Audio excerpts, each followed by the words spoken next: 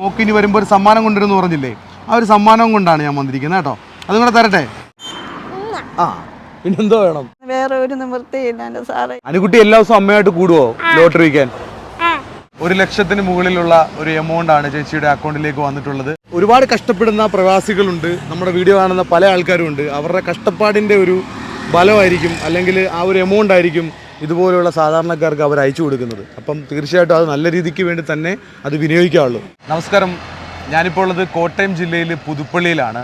ഞാൻ കഴിഞ്ഞ കുറച്ച് ദിവസങ്ങൾക്ക് മുമ്പ് നിങ്ങൾക്കായിട്ട് ഷെയർ ചെയ്തിരുന്നു റോഡരികിൽ മകൾക്കൊപ്പം ലോട്ടറി വിൽക്കുന്ന ഈ ഒരു ചേച്ചിയുടെ ജീവിത നേർക്കാഴ്ച. നമ്മുടെ വീഡിയോ കാണുന്ന ഒരുപാട് പേര് ഈ ഒരു ചേച്ചിയെയും മകളെയും സഹായിക്കുകയുണ്ടായി, അല്ലേ ചേച്ചി? സഹായിക്കുകയുണ്ടായി. അവർക്കെല്ലാം എൻ്റെ പേര് നന്ദി. ആദ്യമേ എനിക്ക് ബിബിനോടും സാറിനോടും സനി സാറിനോടും എനിക്ക് ഭയങ്കര നന്ദി, എങ്ങനെ നന്ദി പറയാൻ തരത്തില്ല. കുടുംബത്തിൽ ചേച്ചിയുടെ സാഹചര്യം, നമ്മളിവിടെ വരുമ്പം ഉള്ള സാഹചര്യം